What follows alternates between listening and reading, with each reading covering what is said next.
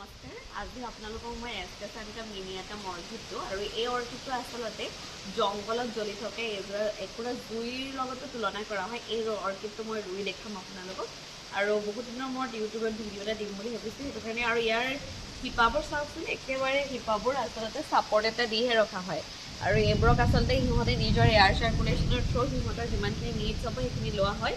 আৰু এই অৰ্কিডজোপা আচলতে এস্কেচেন্ড্ৰাম মিনিয়াটাম যোনজোপা অৰ্কিড হয়, এই অৰ্কিডজোপা সাউথ ইষ্ট এছিয়াত পোৱা যায়, অসমতে ধুনীয়াকৈ নেচাৰেলি গ্ৰ' হয় আৰু সেইকাৰণে কোৱা হয় ইয়াৰ যোনটো কালাৰ হয়, এই কালাৰটোৰ বাবে কোৱা হয় আচলতে জংঘলত জ্বলি থকা একুৰা জুইৰ দৰে বুলি কোৱা হয়। মই আপোনালোকক এতিয়া এস্কেচেন্ড্ৰাম মিনিয়াটাম জোপা আৰু এইডোখৰত চাওকচোন, আমাৰ কিমান ধুনীয়া নেচাৰেল এটা ভিউ দিয়া হৈছে। যিহেতু অৰ্কিডবোৰ যে এপিফাইটছ হয়, সেই এপিফাইটছ হোৱাৰ এটা মানে ষ্ট্ৰাকচাৰ বা এটা থিম লৈ দেখুওৱা হৈছে। গতিকে আমি এই কেনেকৈ ডেক'ৰেশ্যন কৰিলে ভাল হ'ব চাম। আৰু যিহেতু ফুলটো ফুলি আছে আৰু এটা আছে দেখিছে নহয়, এইটো ইতিমধ্যে ফুলি শেষ হৈছে আৰু যিহেতু স্প্ৰিং টু ছামাৰ মানে আপোনাৰ বৰষুণৰ বসন্তকালত বেছি ধুনীয়াকৈ এই ফুলটো আহে। গতিকে আমি ইয়াক ধুনীয়াকৈ ডেক'ৰেশ্যন মানে আপোনাৰ ধুনীয়াকৈ থৈ দিয়াৰ চেষ্টা কৰিম। যিহেতু আগৰ পৰা আছেই, অকণমান ছাপৰ্ট এটা দি পেলাই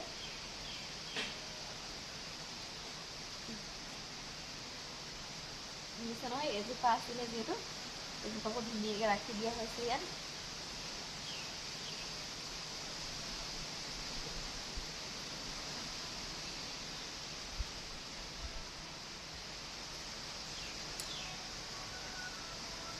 এইটো যিহেতু এইটো কাম নাই, এইটো ফুলটো শেষ হৈছে, সেইটো কাৰণে এই ফুলটো ধুনীয়াকৈ দি দিছোঁ। ফুলটো আছে আৰু ফুলটো চাওকচোন, আপাৰ্ট হয় মানে ওপৰলৈ যোৱা হয় ফুলটো। আৰু আপোনালোকৰ এই ফুলটো চাই কেনেকুৱা লাগিছে ক'ব, ষ্ট্ৰাকচাৰটোৰ সৈতে থিমটোৰ সৈতে।